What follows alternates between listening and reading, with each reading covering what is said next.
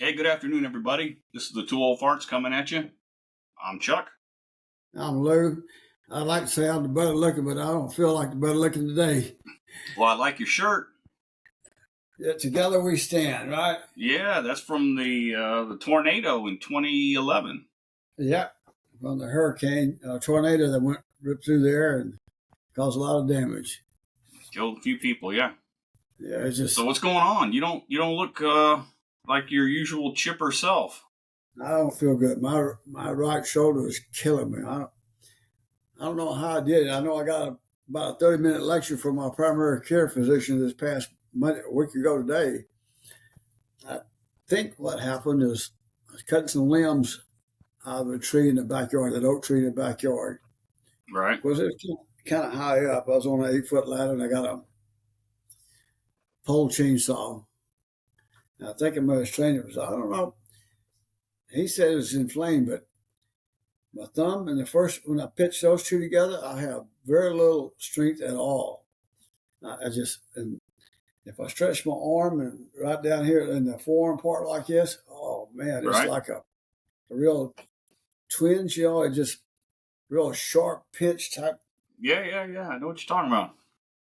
The doctor gave me some lidocaine patches, so I wear those like 10, 12 hours a day, and gave me some medicine to help with the pain at night. That don't do any good at all. So I Did he went give you to a steroid shot or anything?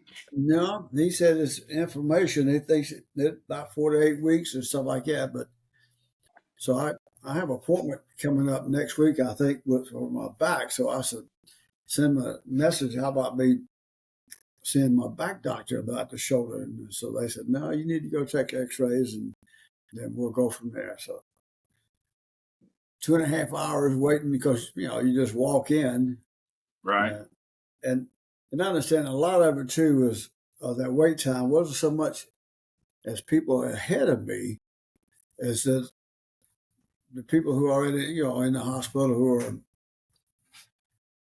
in the Worse off than bed, you. and stuff like that. They take priority, and then so you sit there and wait. But the young man the technician, was he's not going to tell you anything, and I understand that, even though you try to talk them into it, because Right. some of them, when they see him, they may see something, but really nice. I got to give a shout out to the Audie Murphy. I don't have any complaints about the service that I get at Audie Murphy at the VA hospital. I was just there last week to drop off my paperwork for the clothing allowance I did that in today and too. out, and I went and also redid my VA ID card because I don't know, I looked like a hungry hippo in that photo from 8 years ago. So I Yeah. got a new one, but they didn't extend the expiration date, so it expires in 2 years on the original expiration date because these cards are only good for 10 years. Did you know that? The Yeah. VA ID cards. I was going to get mine expires July 3rd of this year. I didn't know it until a primary care physician and the guy pointed out to me last week. So I sat there an hour today waiting. After I checked in, Mm-hmm. all the people that came in after me got. So I just left, and I'll come back another day. Hey, I'm gonna forward you something on a text message that I got from a guy at work. He's really plugged into everything on VA and TRICARE when it comes to veterans health and retirees and whatnot. And he sent me a text message with a link, and he was saying that he had just been seen at Wilford Hall in San Antonio at the eye clinic, and that he got his prescription for his glasses. And if you choose one of the ones that's one of their free ones, you get it for free. But if you want these other lenses or frames, then you have to pay. He Right. said, then you can take that and then go to the TRICARE optometry and get 2 more pairs of glasses. Oh wow. Okay. I know the VA does the same thing. You can get their prescription glasses that they give, and in fact, that's what these are that I have on, is what they're issued. Or you can pay extra, and get all the extra stuff and stuff like that. But this last time, I said, you know what? I'm just going to go with this. Same Those prescription, glasses look very nice. They look very you know. stylish, So and you can't beat the price. no, you know what? We're already paid up front. I was talking to somebody yesterday. You know, everybody thinks you're getting free service when you go to the VA or to the military hospital. You're not getting anything free. You already paid your share up front. You know, it's Yeah, you did. it's a It's free shame. now, but we were paying that bill. I paid it Yeah, for 26 years, 5 months, and 12 days. yeah. And what irritates me sometimes is our dependents, our wives and children. Our family They think, members, yeah. yeah, they think, well, you're getting something free. No, you know what? Brenda served right along right with you. Mackenzie served right along right with you. And so did Kaylee and Erica and all them, and Tina and Jordan, and you with your mom and I. Guess where you were You're at? You were in Japan and doing all the kind of things. Maybe you didn't want to be there, or you were in Georgia. Maybe you didn't want to be there, and maybe you didn't want or to be maybe here I in had to Texas. leave after I got there and didn't want to You leave. know, exactly. So you give up off a lot too, and I don't think our family members are being treated, and that's one of the things I like about the DAV. That a lot of times I'll get emails and stuff to support different bills and stuff like that for families, and and things like that, because we need to support them because they earn those benefits right along with us. So, two things I want to tackle on to the end of that, like you were saying with the families and whatnot, and what they have to give up and sacrifice while their spouse and parent is on active duty. So you were in Vietnam when I was born, so you didn't get to see me be No, born. I didn't. You weren't able to be with your wife when she gave birth. You were in Vietnam. You were there for my sister. What was I going to say? When Mackenzie was born, within 2 to 3 weeks, I had to go to Aviano in Italy to get the 173rd Airborne Brigade loaded up on some C-17s to jump into northern Iraq. And I was up there for just about 2 weeks. 3 or 4 months after that, I was told on a Monday that I was leaving on a Thursday to go on a ship in the Mediterranean to go to Africa to do a JTF. Yep. Didn't know how long I was going to be gone, where I was going to be, or what I was going to be doing. And while your family has all of these questions, and back to you in Vietnam, so you mentioned Japan. So 10 years later, well, probably about 9 years later, we're in Japan. I'm about 8 or 9. And Operation Baby Lift kicked off when the fall of Saigon was going on. And Yeah, you had how much time, how much notification did you get when you had to deploy back to Vietnam? 24 hours. 24 hours to have your And I said, shit packed and ready what to really go while you leave a wife and 2 kids back at home. in a foreign country that you don't know? Of course, now you got along pretty good with all them folks over there. Yeah, I did. However, but what I'm saying is, Yeah, mom, she's not she ain't driven since 1976. yeah. She didn't like to drive. She's a nervous driver. But, you had to leave with your young children to go back into a combat zone. And where are you going? How long are you going to be? And you can't give any of that information because you don't know. No, and we actually had a C5 to go down loaded with families from there. As far as I know, we still don't know if it was shot down or had mechanical failures or what. But You you're talking about the right. C5 that crashed? Uh-huh. And the point I made a while ago, that's how adaptive families are in the military. As a general rule, children and the wives, they learn how to adapt really quick. Not because of their choosing, because that's just the reality of life. You know, uh, But it's a sacrifice that you make, it's, your family makes, and more importantly, your children didn't sign up for this. yeah. And well, in most cases, your wife didn't either. Now, of course, like with your mom and I, she knew that I was on my way to Vietnam when we got married and stuff like that. She didn't plan on you coming around on and being by herself that whole July to October type thing. Yeah, so she had to go back to California to live with her mom so her mom could take care of her. Yeah, because your father-in-law, my father-in-law rather, your grandfather, Yeah. He was in Vietnam. He was in Vietnam when you were there. Yep. He was a crew chief on caribous. And in some respects, that was probably helped me get through that year. Because having a friend over there.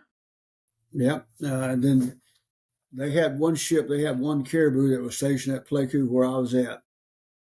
And John Rogers and all those guys would come in and out of there, stuff like that. So, and it helped too that my boss, Franklin, Tex Art Franklin, I'll never forget him. He knew of my father-in-law from World War II. They were Navy together, beach jumpers type thing. Don't know each person, but they knew each by name type thing. So he used to let me we worked 6 days on, 1 day off type thing whenever nothing was going on. I just save up my days and fly down and spend a few days with your grandfather, and yeah, it helped him and it helped me. Yeah, that's what I worked in Iraq and Afghanistan. 6 days on, 1 day off, but I really didn't take the whole day off. I'd come in after lunch, and then my NCOIC would get mad at me and yell at me. He's like, "Chief, go back. And I'm like, "What am I gonna do? I've already seen some movies. I'm just gonna hang out here and do some email." Yep. It's like I'm not here. And it's not a day off because you don't know what the hell is going to happen. You don't know when you have to get up and go, and because the enemy don't send you a little note say, "Hey, we're going to hit you at 2:00. Be ready." Nope, they don't give a shit. No, they just drop that stuff in on you, and you start scrambling. I'm gonna give you a funny story. I think I've told you this before, but maybe not. My worst night in Vietnam. I think it was probably April of '66. I was sick in a dog. You had diarrhea and all that kind of stuff. Walking the flight line, me and Wolf walking the flight line, and I had to go to the bathroom. There ain't no such thing as calling somebody because you got to go right now, right? So we're on the outer perimeters, not there, but some snakes and the barbed wire fence and that rice paddy around us, and I had to go. And I'm gonna tell you, it didn't take me long to get up when that rocket started coming in.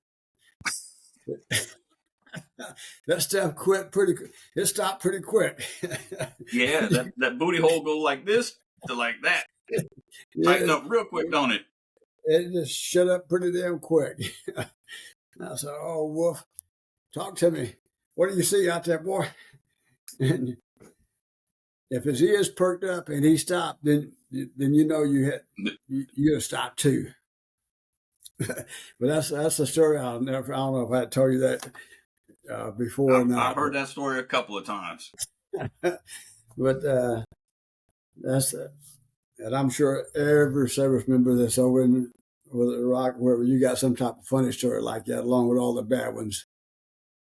In Iraq, a few times when we first got there, they would see movement or artillery, or artillery, but mortars or rockets. Anyway, and they would shoot up an illumination round to see what was going on outside the base. Right. Always at 1, 2 o'clock in the morning. So we'd get up and go outside and take a look around. A couple months later, that's stuff would go off. Me and my roommate, we just roll over, look at each other, and like, yeah, fuck it, we're going back to sleep. Because you know what? If you're gonna die, does it really matter if you're awake or if you're asleep? I'd rather be asleep. Yeah. Yeah. Because there ain't much you can do about that rocket. You can get in that hole with the concrete and the sandbags, but you know what? Don't give a shit. I'm going back to sleep. Yep. Yeah. If I'm gonna go, if it's my time, I'm going. But if not, I'm going back to sleep. Yeah, that's true. And I'm not gonna do anything to rush it along, but Not how much you gonna do to stop it either. But yeah, But you'll find that attitude is fairly common amongst military people. yeah, it's just like when you were born. There's no such thing as a telephone call. We had to use Nope, the you had to Mars, use that Mars. yeah, Mars radio station. Hello, Mom would talk and she'd say over, and I'd talk and say over, and stuff like that. Yes, sir. I That remember you telling me that. that's where it was back in 1965, 66, all those kind of things. But It was like that for a long time after using those Mars stations. yeah, But hey, and those Mars radio stations, those were operated by civilians. yes, they were. These were not military affiliated people. These radio operators, they did that out of the goodness of their heart to take care of the soldiers, sailor, airmen, and Marines who were deployed around the world. Yep. They would operate their ham radios, in a relay to transmit that message. This world is a pretty good place. Unfortunately, we hear more about the bad stuff than we do the good stuff. I saw some pictures the other day with Ann Margaret doing a show over there, in the troops. And if I remember correctly, I think you got on stage with Bob Hope.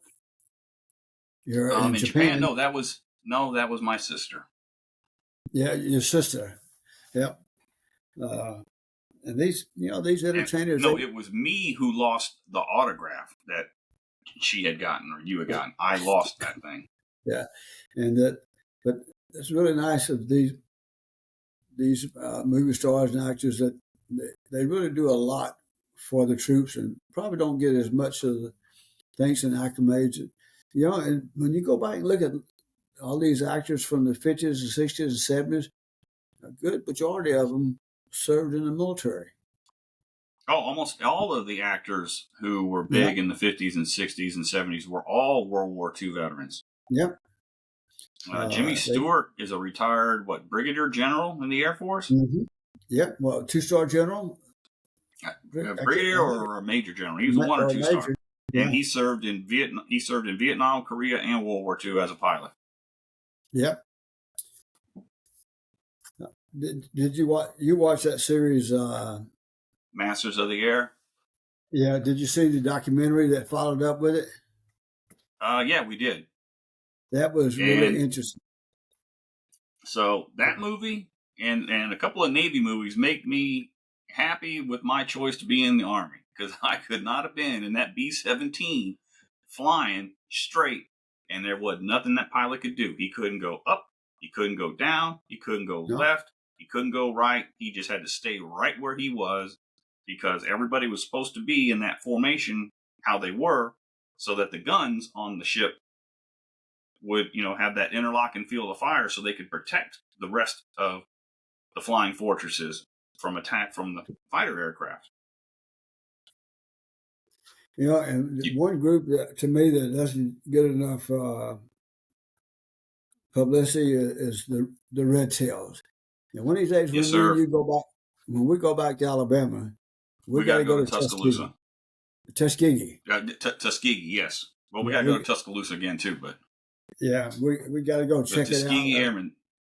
And I'm shameful of saying this. Lived there a good part of my life, and never went to Tuskegee, but never really knew much about it or saw it. But we got to go. So you hear that, folks? I'm telling my son, we got to go. We're going to have to go. So, hey, speaking of going, guess what I got tickets for? Well, I know we're going to go see Clay Walker, but the one that I liked that surprised me, I think it was. Well, we're going to go see Clay Walker. We're going to see Blackberry Smoke. Yeah, it was George Thorogood. We're going to go see George Thorogood. Yeah. I'm going to tell you that show, I wasn't reluctant, but I wasn't all excited about it. But he put on a show. I'm going to tell you. And I'm looking, of course, all this stuff that you bought to go along with it. I don't know about all that now. All that What's that? VIP stuff. All that VIP stuff. What's wrong with that? No, that sounds like fun. I'm gonna tell you. I'm gonna show you something. Hold on. If I'd have spent a little more money, we'd have been able to sit on the side of the stage for the first 3 songs, but I didn't think you want to spend that kind of money. You see this? I see it's kind of blurry, but it looks like a glass, a mug, a beer stein. It looks like it's from Worst Fest. Yeah, you see what's in it? No, your camera is super fuzzy. Uh-oh. Your camera is really blurry. Every show that you and I go to, or you and I and your mom and Brenda go to, I got something from that show right here. I keep all that stuff, all these memories. So, yeah. And guess what else we have tickets to go see in July? Refresh my memory. Aaron Lewis. Aaron Lewis. Yep, we sure do. You need to get familiar with his country stuff. He started out doing rock in a band called Stained. And then when that genre of music kind of died off, he went and started doing country and did quite well at country. So he'll do some Stained concerts, but he usually tours every year or two doing his his country stuff. And I know for a fact you'll like his music. You need to go check it out. So yeah, we're gonna go see Aaron Lewis in July. We're gonna see George Thorogood later this year. Oh, and we're gonna see Molly Hatchet in June. So we're gonna see Molly Hatchet in June, Aaron Lewis in July. Blackberry Smoke, Clay Walker. Yeah, we got a lot of country concerts coming up. Yeah, we got to figure out something for you and your mom and Brenda.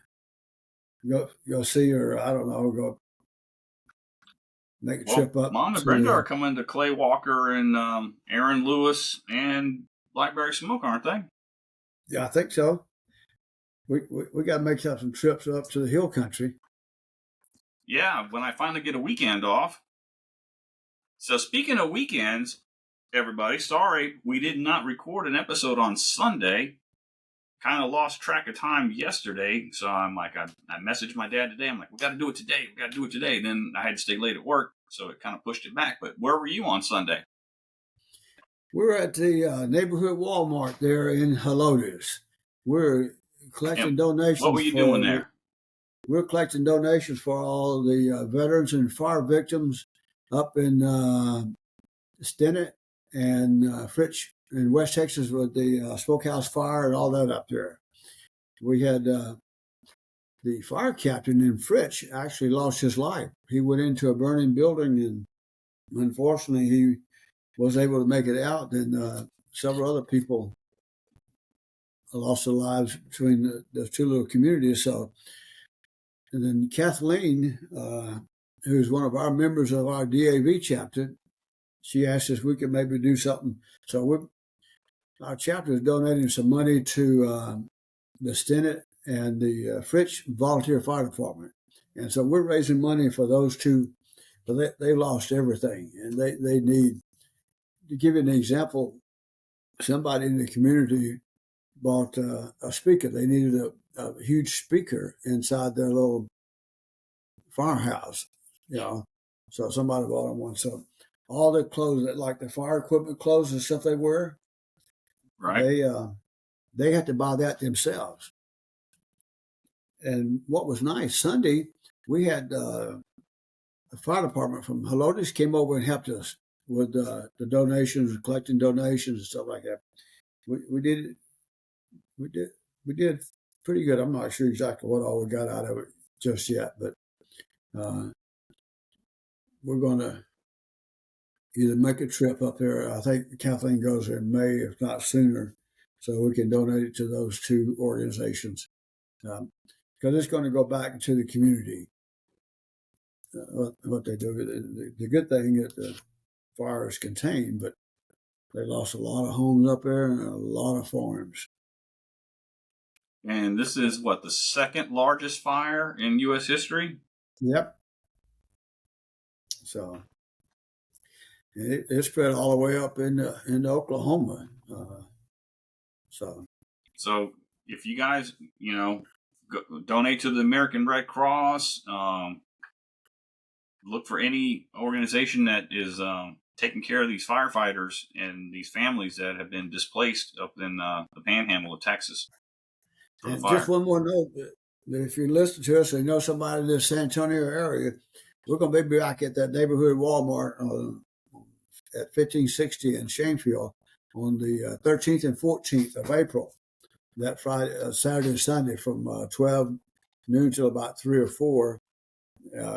And hopefully the fire department's going to be there with us again to collect some more donations for those two little small towns. Cause about 1,500, 1,800 people in those two little communities, each one. I think Fritz Right? is 1,800 and about 2,000 in Stinnett. It makes you feel good. Oh, I was absolutely. just talking to Jose, our judge advocate today. Thursday, they're coming Thursday at 2:00. We're going to be at Audie Murphy. They have a floor there where they have the patients who are that's where they live. Right. I don't, and we're going to be doing a bingo with them again. They had 3 or 4, so we're going to our chapter's going to donate some more, and we're going to be there this Thursday from 2 till about 4. The sad part of it is they won't let a lot of people in, so just Jose and I will be there to represent our chapter and help them. But I'm going to tell you, seeing those veterans, no legs, and one of them bedridden, and be able to play bingo and have some fun and see the joy on their face, it makes you appreciate what you have, uh, and it makes you feel good when you can see somebody really enjoying that couple of hours. You make somebody feel real special. And speaking of tragedy, last night at early morning, the tragedy there in Baltimore with the bridge collapsing, the Francis Scott Key Bridge in Baltimore. It was struck by a container ship while passenger cars were crossing over the bridge. 6 people so far still not accounted for. So keep Yes, those people in your thoughts and prayers. To the first responders, big tragedy today. yes, absolutely. It's it's really sad, and it makes you wonder how some things happen like that. You know, The water, 50 feet deep in that spot, 48 degrees, the water temperature overnight. So, you know, big loss of life. Somebody, or what I had read, based on the video that they had seen, there was a lot of black smoke coming out of the ship when it turned and was headed right for that pier or pylon or whatever it is that supports the bridge.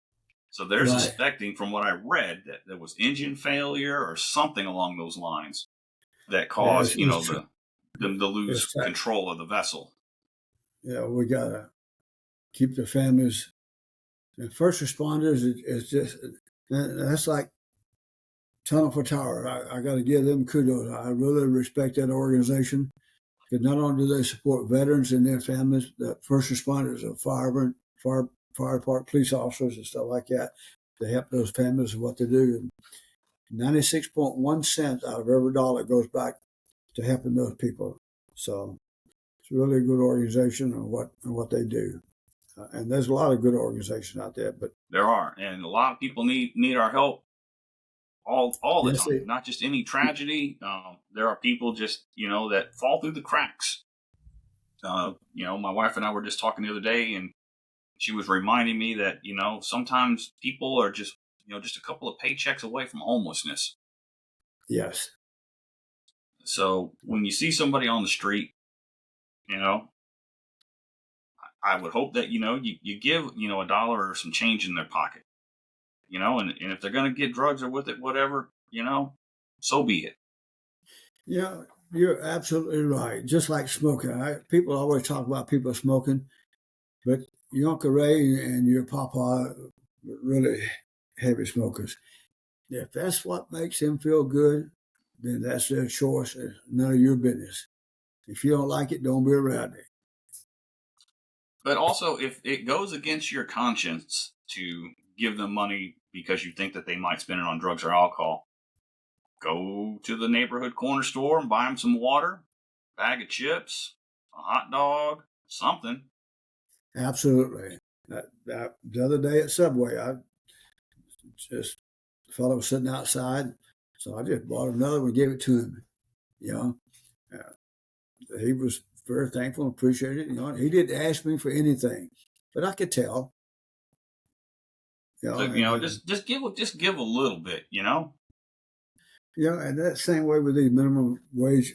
We're not going to get into any conversation about The salaries, philosophical but discussion of. I was at a restaurant the other day. They were fairly busy. They only had two people working, and those two people were working really hard. It was really nice. And this young person that brought my food to me, she just trying to be nice and go through all the script they're supposed to go through, but get back to that next customer, right? And I said, Right. wait just a minute. I said, wait. She says, okay. So I always try to carry a $5 bill, at least a $5 bill with me, just for stuff like that. When I gave that to her, she had tears in her eyes, just out of the corner of her eye, two little tears fell down. Just because I said thank you, and just that's just the way life should You be. appreciate the effort. Yeah, yeah, and to me, what it said to her, how that she knew that we appreciated what she was doing and understood how hard she was working. It's not her fault; it was just her and another worker there. I don't know why it is so hard to get. Employers are having a hard time finding people to work. I don't understand it. Is there that many other jobs that they're competing for? I don't know. But yeah, you Yeah, go into the service industry, everybody is hurting for employees. Everybody. yes, they are. Yes, they are. And I don't know either. I wish I did. If I did, I would solve the problem. I'd be president of the United States. My wife and I's favorite restaurant that we go to almost every Friday since COVID, obviously, they didn't have a lot of wait staff because some people didn't want to work or whatever, and they were at limited capacity. But as the restrictions got lifted and things got a little more back to normal, it was hard to find and full-time staff. And sometimes when you go, you'll pull up and you'll see, hey, there's some tables on the patio. So there's going to be seats inside as well. And you go in there like, hey, I want to sit on the patio. And they're like, oh, you're going to need to wait. And I'm like, but there's tables out there. And they're like, I know, but we don't have enough staff to take care of what's going on out there. Yeah. You know what I'm saying? They don't have enough staff to take care of everybody if everybody wanted to sit outside. Fortunately, because my wife and I are very nice tippers to the staff that work there, if we're sitting inside, they'll come up, hey, do you guys want to sit outside? And we're like, we did, but they said we couldn't sit outside because there wasn't enough staff. And they're like, come on. Yeah. I got you. But they also do it because they know that we're not a demanding table. You know what I'm saying? We're not always, hey, can you do this? Can you do that? Just bring me my food. Leave me alone. If I need you, I'll find you. I'll get your attention. But, like I said, we give them a nice tip and we add a nice tip to the bill as well. But we make sure we give them cash. I always carry cash. I like to tip in cash. That way, yes, because I want to give it to the person that took care of me. I'm not a big fan of it going into the pot and then it getting spread out to everybody. Now I get the cooks in the back. Yeah, they deserve something, and the people busting those tables, getting them clean, they deserve something too. But the rest of the wait staff, if they're not taking care of me, why should they get a piece of that? Well, and not only that, if you do it like part of your check, They got to wait till payday, and then they got to pay taxes on it. And most people who are working that quick service industry like that, they need the money right then. They don't need to wait 2 weeks for it to come in or whatever. One last thing before we finish up. You mentioned they got to pay taxes on it. If you remember, your brother didn't get a lot of Social Security when it was time for him to file because he didn't have a lot of reported income when he was a mechanic. And so when you don't declare your income, yeah, you're saving money today on taxes, but when you need it, you might not have it. But that's a choice you make. When you get it, you know that it's taxable income. If you choose not to report it, then you live with those consequences. One of your aunts, she made a lot of money because she was a bartender and stuff like that. She chose not to, but she used the money wisely, So, but there are consequences. There are consequences. You either get it today or you get it tomorrow. Yes, pay me now, pay me later, right?